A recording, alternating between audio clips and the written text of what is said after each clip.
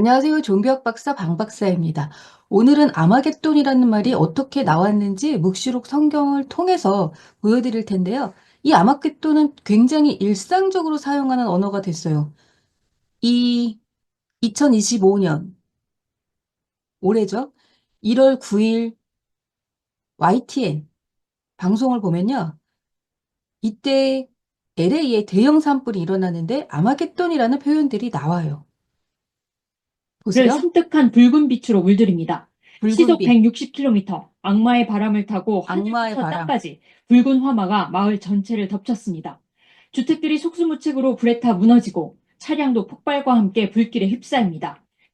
현지 시간으로 7일 아침 로스앤젤레스 해안가 퍼시픽 팰리세이즈에서 시작된 산불은 강풍을 타고 순식간에 말리부와 벤투라까지 번졌습니다.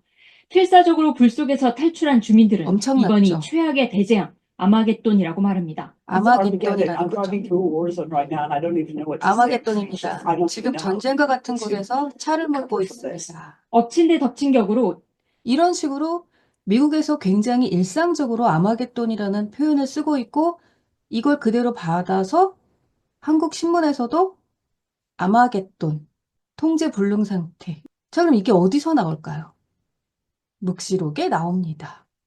이렇게 쉽게 쓰이는 아마겟돈이라는 말이 어디에 있느냐? 성서에 있구나. 어디? 묵시록. 자, 이야기의 흐름을 도와주는 야훼야. 이쪽은 용입니다. 야훼와 용의 마지막 전쟁. 그게 아마겟돈이란 거예요. 어디에 있다? 묵시록에 있다.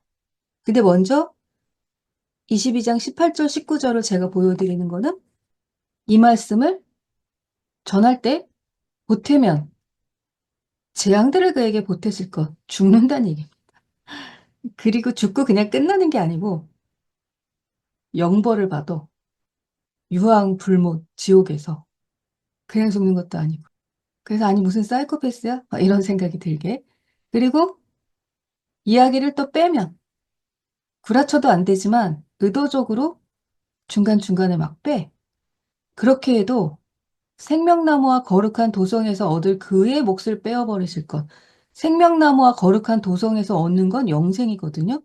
영생, 걱정 없는 곳, 슬픔 없는 곳, 눈물 없는 곳에서 영생을 얻는 건데 그의 몫을 빼어버린다는 이야기는 죽는다는 얘기예요. 그것도 영벌. 그냥 죽는 게 아니야. 불지옥에서 영원히. 그래서 대형 산불 났을 때 지옥이 연상이 되고 그 지옥이 왜 아마겟돈 전쟁이랑 연결이 됐는지 그 이야기를 그대로 더하지도 빼지도 않고 성서를 통해서 보여드릴게요. 자, 여섯째 천사가 자기 대접을 엎어요. 묵시록 16장이죠. 왜 그러냐 그랬더니 강물이 말라서 임금들이 오게 하려고. 임금들을 왜 오게 하려고? 모으는 거예요. 싸우려고. 용이. 나의 힘을 보여주겠어. 세상 임금들은 다 나에게로 와. 왜? 세상의 권력을 좌지우지하고 있거든요, 지금 용이. 그래서 용, 짐승, 거짓 예언자. 여기서 더러운 영이 나온다 그랬으니까 얘네 셋이 이제 한 편을 먹고 저 중대한 날에 일어날 전투, 그 중대한 날에 일어날 전투가 바로 아마겟돈. 그래서 깨어있으라라는 표현 지나고 나면 그 세 영, 용, 짐승, 거짓 예언자. 거기가 이제 나쁜 쪽, 이 용 쪽의 삼각편대예요. 그 세 영은 히브리 말로 하르마게돈.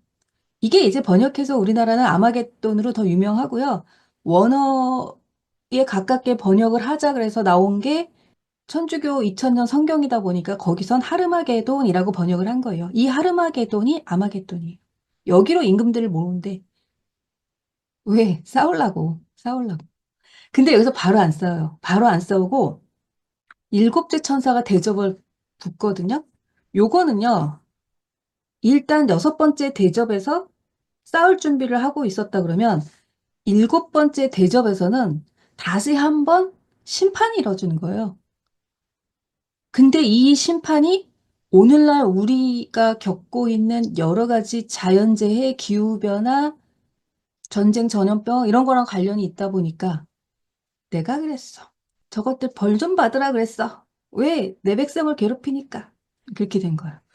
그래서 여기 나오는 번개, 천둥, 지진, 그리고 막 고을들이 다 무너지고 대바빌론. 이 당시에 대바빌론? 아니죠. 로마였죠, 이때는.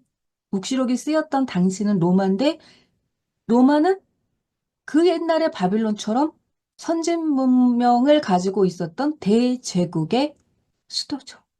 그래서 여기서 대바빌론은 유대교 역사를 알고 있는 사람들은 아, 이거는 그 당시 로마를 가리키는 거고 로마가 작살이 난다. 로마가 망한다. 그런 얘기를 하고 있는 거죠. 어디나 다 망하긴 망하죠. 어떤 도시라고 천년 만년 갑니까? 흥망성쇠라는 게 있죠. 언젠간 망하죠.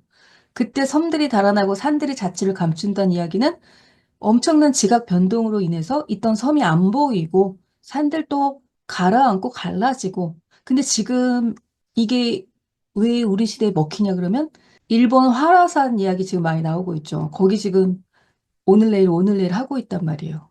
산들이 자취를 감출 태세를 지금 갖추고 있어요. 지금 일본에선. 그리고 섬들이 막 가라앉고 있죠. 지각 변동 일어나고 있고 실제로 과학계에서도 지구의 지축이 변동을 하고 있다고 얘기를 하니까 그건 과학적으로도 변동은 해요. 단지 변동을 할 때 지각 변동이 일어나니까 인간이 우리가 생각할 때에는 종말이구나. 이렇게 되는 거고 사실은 그럴 때 한 시대가 가고 한 시대가 오기 때문에 그런 시대 교체를 종말이라고 볼 수도 있는 거예요. 왜냐면 구시대가 가고 새시대가 오는 거니까. 거기다 우박이 있죠. 그래서 이런 것들이 많이 일어나는 자연재해 때는 사람들이 종말이다 그러고 무서워한다는 거. 그리고서 20장 가면은 드디어 사탄의 패망이 나와요. 이제 나는 죽었어. 그동안에 1000년 동안 감옥에 갇혀 있어요. 감옥에 있는 동안에 이제 정화작업이 한번 일어나요. 이 천년왕국 때문에 다시 교리들이 천년왕국이 언제 있느냐에 따라서 이교단, 저교단, 이교파, 저교파의 교리 충돌들이 좀 있긴 있습니다. 천년이 일어나고 나서 예수님이 오시는지, 예수님이 오시고 나서 천년이 오는지 뭐 그런 얘기들이 있는데 어쨌든 전투가 있습니다. 전투. 곡과 마곡이라는 것도 유대인들에게는 쉬운 거예요. 우리한테는 낯설지만 마곡이라는 땅에 곡이라는 제후가 있어서 이방인이야, 이방인.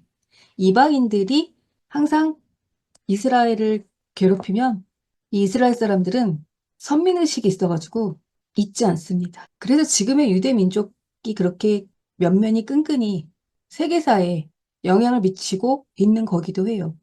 언어는 잊지 않고 꼭 써먹어요. 이방, 사탄 이렇게 연결이 돼가지고 이방인들의 나라, 사탄의 나라 이렇게 되는 거죠. 왜? 이 괴롭히면 다 사탄, 사탄 이렇게 되는 거고. 아니 내 백성을 왜 괴롭혀? 너는 결국 언젠간 죽었어. 이렇게 되는 거예요. 그래서 바빌론의 유대인들이 한번 끌려갔다가 두고두고 바빌론, 바빌론, 바빌론 이렇게 되는 거죠. 이방인의 나라의 상징어가 돼버린 거죠.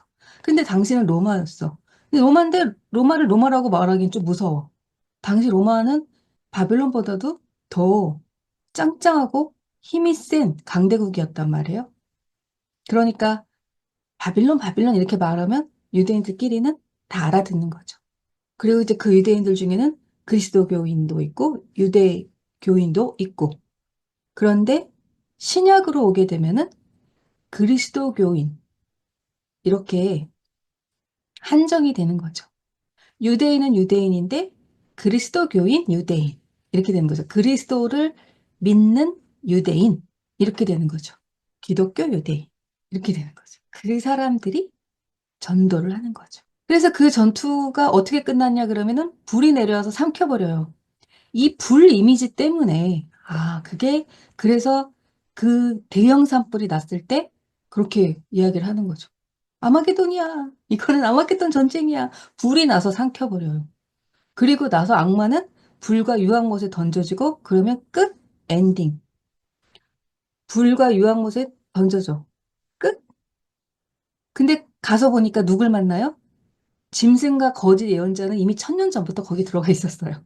걔네들은 짐승과 거짓 예언자는 이미 1000년 전부터 펄펄 끓는 불과 유황못에 들어가서 살려줘 살려줘 그러고 있었고요. 이제 마지막 이 사탄이며 용인 이것까지 딱 들어가면 완전 끝. 그리고서 영원 무궁토로 고통을 받으니까 영벌의 세계에 들어가 버리고 이제부터 영생의 시대가 열리고 그곳이 예루살렘이 새로워졌다 그래갖고 새 예루살렘, 과거의 것은 다 없어졌다 그래갖고 새 하늘, 새 땅 이렇게 되는 거예요. 여기 나온 게 아마겟돈 전쟁이에요. 아마겟돈 전쟁. 아마겟돈으로 임금들을 모아. 왜? 싸우려고. 근데 너무 허망해. 너무 허망한 게 제대로 싸우지도 못하고 불을 이렇게 내려보내니까 그냥 뻗어. 이게 사실은 이게 싸움이 게임이 안 돼요. 준비만 오질라게 하는 거야. 임금들 다 모으고 어디로? 아마게돈으로. 가톨릭 성서에서는 하르마게돈으로. 거기 다 모여가지고 싸우려고. 하느님께서 사랑하시는 도성이란 얘기는 이거는 묵시록은 신약이기 때문에 그리스도인들이 모여있는 그곳에 와서 싸워서 이기려고 했더니 제대로 싸우지도 못하고 불 하니까 그냥 끝. 그런데 그게 어디로 떨어져? 불과 유황못. 그래서 아마겟돈 전쟁이야. 또는 유황 불못이야. 지옥이야. 라고 얘기했을 때 활활 타는 그 불지옥. 거기다가 이제 유황이 있으니까 얼마나 잘 타겠습니까? 연기는 자욱하고. 그 이미지가 바로 묵시록에서 왔다. 그래서 오늘은 아마겟돈 전쟁의 시원가 어디서 왔는지 그리고 그 끝은 무척 허무하다. 엄청 준비. 열심히 준비. 아마겟돈으로 와, 아마겟돈으로 와. 세상 임금들 다 모으려고 막 이렇게 권력자들, 부귀영화 잘 노리고 있는 사람들. 그냥 그 사람들한테 이게 막 끝나면 안 되잖아, 세상이. 막 그랬더니 저거 봐라. 말 더럽게 안 듣네. 유황불못으로 통, 통당 끝 이렇게 되는 거예요. 거기다가 그들은 어떻게 돼요? 불이 이렇게 내려오니까 다시 또 어디 가요? 다들 불과 유황못으로 또 퐁당. 갔더니 짐승과 거짓 예언자들이 거기 있어가지고 야 너네 아직도 거기서 그러고 있어? 야 1000년 동안 힘들지도 않아? 그런 이야기입니다. 오늘은 아마겟돈에 대한 이야기를 해봤어요. 그럼 왜 이렇게 묵시록은 잔인해라고 이야기할 수 있냐 그러면 그 당시 순교 박해의 위기에 있었기 때문에 그들에게는 좀 더 강력한 하느님의 힘이 필요했던 거고요. 사단은 결국은 아주 비참하게 아주 형편없이 이렇게 나가 자빠져야 될 이런 존재였던 거예요. 실제로 현실에서 그렇게 못하기 때문에 염원을 한 거죠. 묵시록이라는 장르를 통해서. 그리고 또 그 염원이라는 건 간절히 바라면 또 이루어진다고 하잖아요. 시크릿에서 그랬죠. 영성에서도 그 얘기 하거든요. 그 당시는 아니지만 시간 좀 지나고 로마도 붕괴를 했죠. 뭐 어딘들 안 무너지겠습니까마는. 힘들 땐 내가 필요해. 힘들 때 희망을 가지는 방법에는 여러 가지가 있어요. 종교도 그 중에 하나인 거죠. 내가 너무 잘 먹고 잘 살고 행복하고 뭐 아무 걱정이 없어. 그럼 사실 종교도 필요 없어요. 근데 내 힘으로 어떻게 할 수 없는 일들을 만났을 때 무언가 초월적인 존재가 나를 보살펴 준다고 생각을 하면 그 어려운 시기를 지날 힘이 되는 거고 희망이 되는 거죠. 희망을 버리면 그게 지옥이니까. 유황불모 지옥이 따로 있습니까? 희망이 없는 상태가 지옥인 거죠. 여기까지 아마겟돈에 대한 설명이었습니다. 종교학 박사 방 박사였습니다.